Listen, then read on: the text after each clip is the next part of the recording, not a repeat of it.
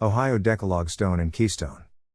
In November of 1860, David Wyrick of Newark, Ohio found an inscribed stone in a burial mound about 10 miles south of Newark. The stone is inscribed on all sides with a condensed version of the Ten Commandments or Decalogue, in a peculiar form of post-exilic square Hebrew letters. The robed and bearded figure on the front is identified as Moses in letters fanning over his head. YHWH Keystone written in ancient block Hebrew found in Newark, Ohio Indian mounds. These images are from http://quietbuck.wordpress.com/category/n American YHWH/. A lot more there. Now these are the Ten Commandments. It says on the rock. Welcome to the location of the oldest known Ten Commandments, the only place on earth where the name of God is found having been written into a stone altar dedicated to him, and the first place of worship established to the biblical God in America. South of Albuquerque, and west of Los Lunas, New Mexico, an ancient inscription was carved into the face of a boulder centuries ago. It is the text of the Ten Commandments, written in Hebrew. Of particular interest is the fact that the type of Hebrew writing that was used was Paleo-Hebrew, which is the form of Hebrew writing that was used for approximately a 1,000-year period, ending about 500 BC. This means that we can fairly conclude that the inscription of the Ten Commandments was engraved on the face of a boulder in New Mexico, North America, sometime prior to 500 BC. The Holy One of Israel led colonies of righteous Israelites to the land of America, prior to the destruction of Jerusalem and the Babylonian dispersion that occurred in about 587 BC. Harvard scholar Robert Pfeiffer. Pfeiffer, an expert in Semitic languages, concluded that the mysterious inscription was written in a form of Paleo-Hebrew and paraphrased the Ten Commandments. I am Yahweh thy God who brought thee out of the land, Pfeiffer's translation began. There shall not be unto them other gods before me. Hebrew scholars, such as Cyrus Gordon of Brandeis University near Boston, have vouched for its authenticity. Historian Stephen M. Collins points out that the Los Lunas stone inscription in archaic Hebrew was written in the Hebrew letters of the style of the Moabite stone, dated to about 1000 BC. This would place the writing on the stone to the time of the kingdom of ancient Israel under its most affluent and powerful king, Solomon, who reigned from 1014 BC to 974 BC. Sea voyages around the world were fairly common during the time of King Solomon, the son of David, during Israel's Golden Age. Solomon's incredible wealth also strongly points to the Los Lunas stone inscription as having been carved during his reign.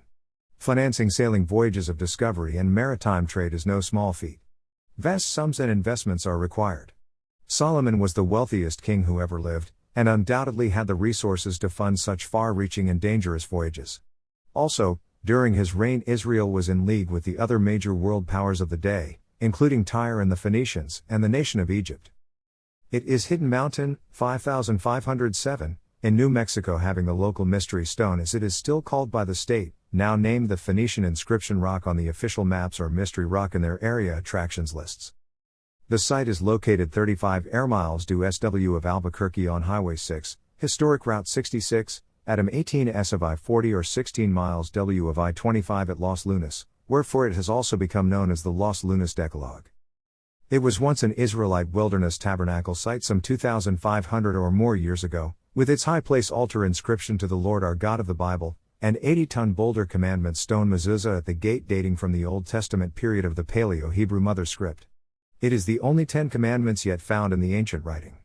Historically the mountain was called Cerro Los Mochino, Cliff of the Strange Writings, by the Native Americans, stating it pre-existed the arrival of their ancestors into the area. It's been said there exists about 2,000 glyphs around Hidden Mountain for a radius of about 6 miles. The next most significant locale Hebrew is not far away, in the Purgatoire River Valley due south of La Junta, Colorado, where the oldest written inscriptions in the U.S. are, circa 1250 BCE. Conservatively, from the earliest ligature phase of word formation by tying letters together into a picture. Those two have Yah inscriptions identifiable with the Exodus people.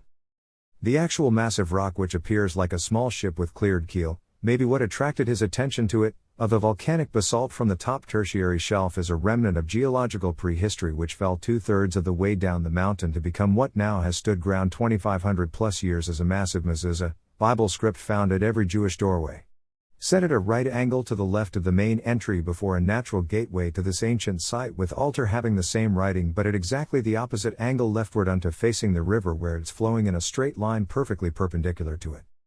Being the greatest of only 3 Ten Commandment stones found anywhere in the world, The others being the Ohio Decalogue, a much smaller example in a unique type of the post-exilic Jewish square script, and another one of the Michigan artifacts found written in a cuneiform style of Hebrew graphics, and therefore most worthy of copy. These are made utilizing the complete alphabet, the best example of the print closest to that writing of the original tablets, as the Paleo is the only Hebrew having an equal size characters letter set which plotting on both sides of two tablets according to the accounts would have required.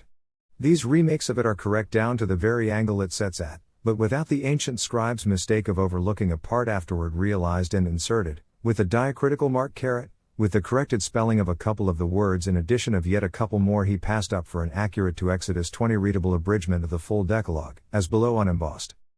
There are a surprising number of evidences and corroborations that there have been Israelites visiting and living upon the American continents for thousands of years.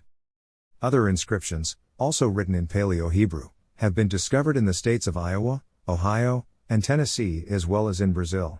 In Newark, Ohio, a carved stone of curious workmanship was discovered which also bears an engraved inscription of the Ten Commandments of the Covenant, in Paleo-Hebrew.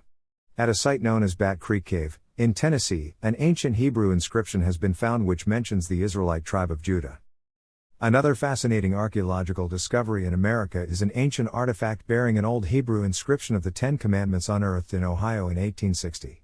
The tablet also includes a scene of an individual, Moses, carved into the front of the tablet in considerable detail, holding the tablets of the Ten Commandments. This artifact was discovered in an ancient burial mound. Without a doubt, these various inscriptions firmly establish the fact that Israelites were in America long before the arrival of Europeans. Native language and customs. There are many Native American Indian customs that confirm the fact of their Hebrew origins.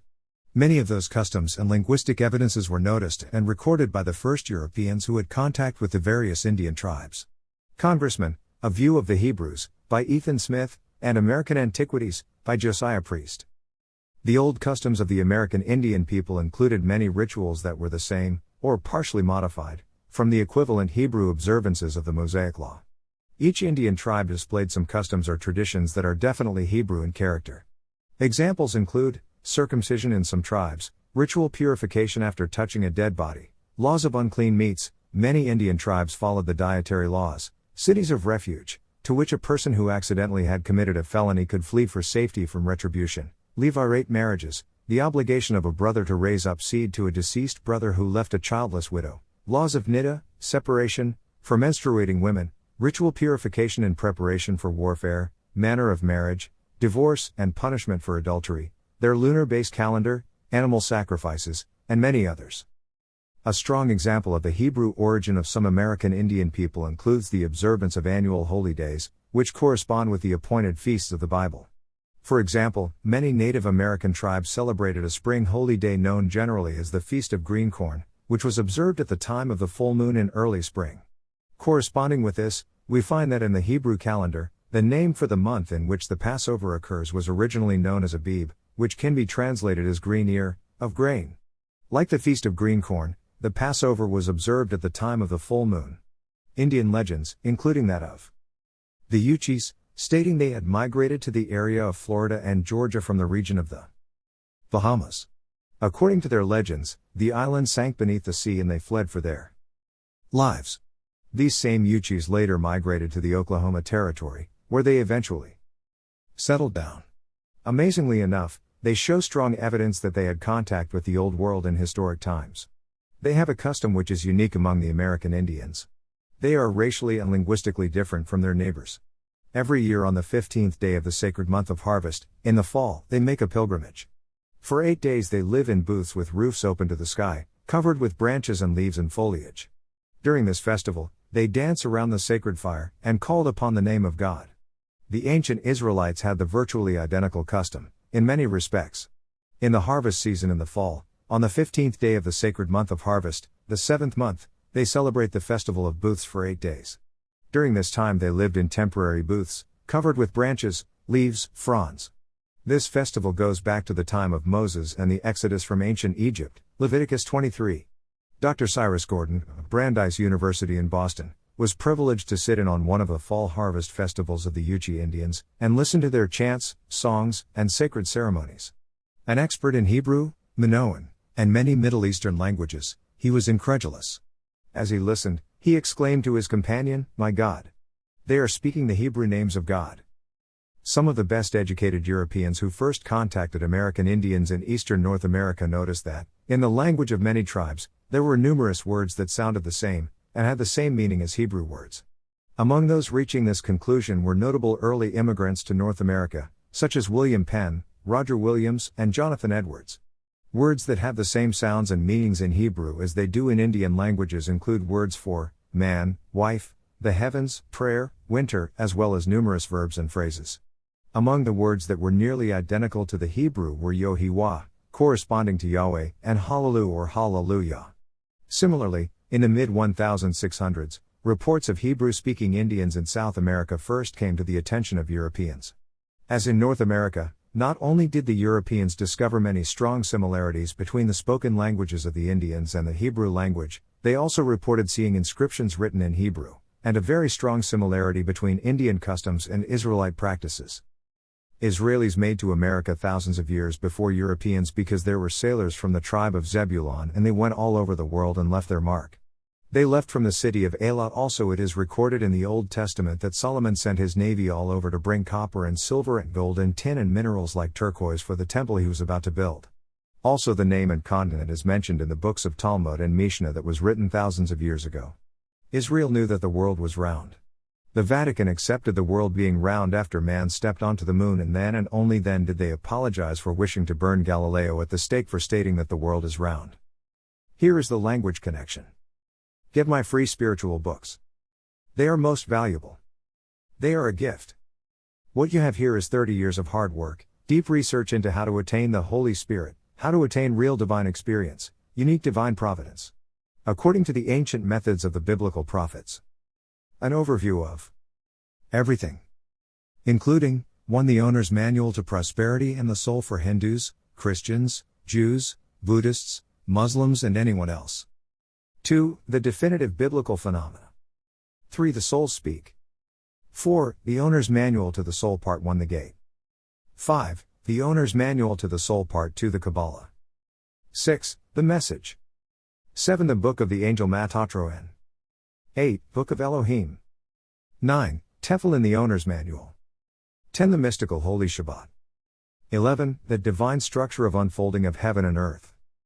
12. The Book of Ifh. 13. Markabah, the Divine Chariot.